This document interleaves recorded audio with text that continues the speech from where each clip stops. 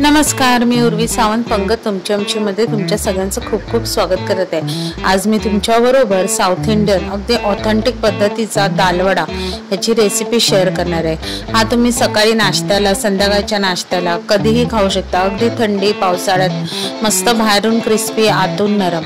तर चला पटापट रेसिपीला सुरुवात करूया।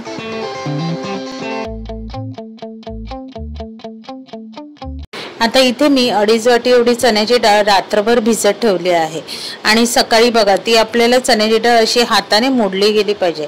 आता ही डाळ आपल्याला मिक्सर मध्ये वाटायची आहे। तर वाटण्याआधी आपल्याला ह्याच्यात जरा सुद्धा पाणी ठेवायचं नाहीये। आता हे पाणी काढण्यासाठी मी एका चाळणीवर हे चण्याची डाळ निथळत ठेवले। जवळजवळ 5 ते 10 मिनिटं ही डाळ निथळत ठेवायची। आता तोपर्यंत बाकीचे सामान बघूया। एक मोठा कांदा, कोथिंबीर, कढीपत्ता, मिरची, आलं, बडीशेप आणि जिरं आणि ह्याच्यात क्रिस्पी होण्यासाठी तांदळाचं 2 मोठे चमचे पीठ आणि चवीनुसार मीठ। आता ही डाळ बघा 5 मिनिटांनंतर चांगली निथळली आहे। आता ती थोडी थोडी घेऊन मी मिक्सरच्या भांड्यात वाटणार आहे। आता ही डाळ वाटताना एका बॅशमध्ये मी सगळ्या हिरव्या मिरच्या घातलेल्या आहेत। थोडा कढीपत्ता वाटायचा आणि थोडा असाच नंतर आपल्याला त्याच्यात मिक्स करायचा आहे। कोथिंबीर पण इथे मी थोडी घेतली आहे आणि थोडी नंतर मिक्स करायची आहे। आता इथे मी आलं घेतलं आहे। आलं मिक्सरला पूर्णपणे वाटलं गेलं पाहिजे। जिरं, बडीशेप हे आपल्याला वाटायचं आहे। आता पाणी न घालता आपल्याला ही पेस्ट करायची। आता पेस्ट करताना लक्षात ठेवा एकदम बारीक नको, अशी दरदरीत हवी, म्हणजे दाताखाली ते आलं की आपल्याला त्याची चवही सुंदर लागते।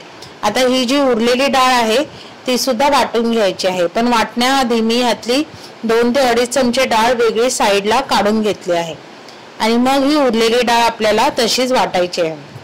आता ही बघा ही उरलेली डाळ सुद्धा वाटली आहे। आता त्याच्यात जो आपण साईडला ठेवलेला कढीपत्ता, कोथिंबीर, कांदा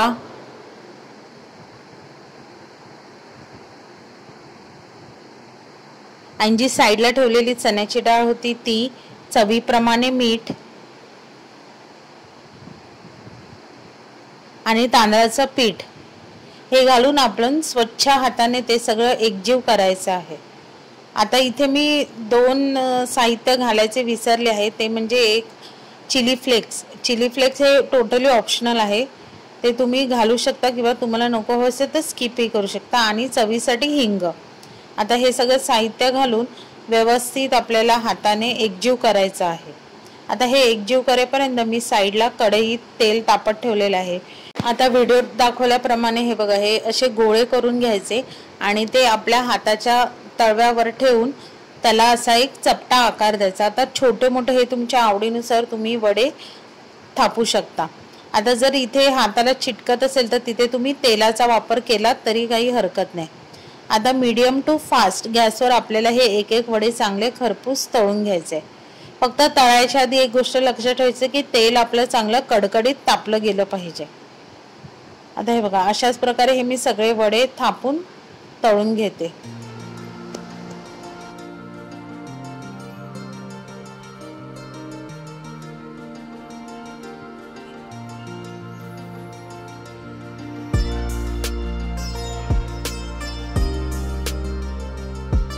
आहे की नाही एकदम झटपट आणि चविष्ट अशी ही दालवड्याची रेसिपी। जर तुम्हाला माझी ही दालवड्याची रेसिपी आवडली तर रेसिपीला नक्की लाईक करा, शेअर करा, कमेंट करा।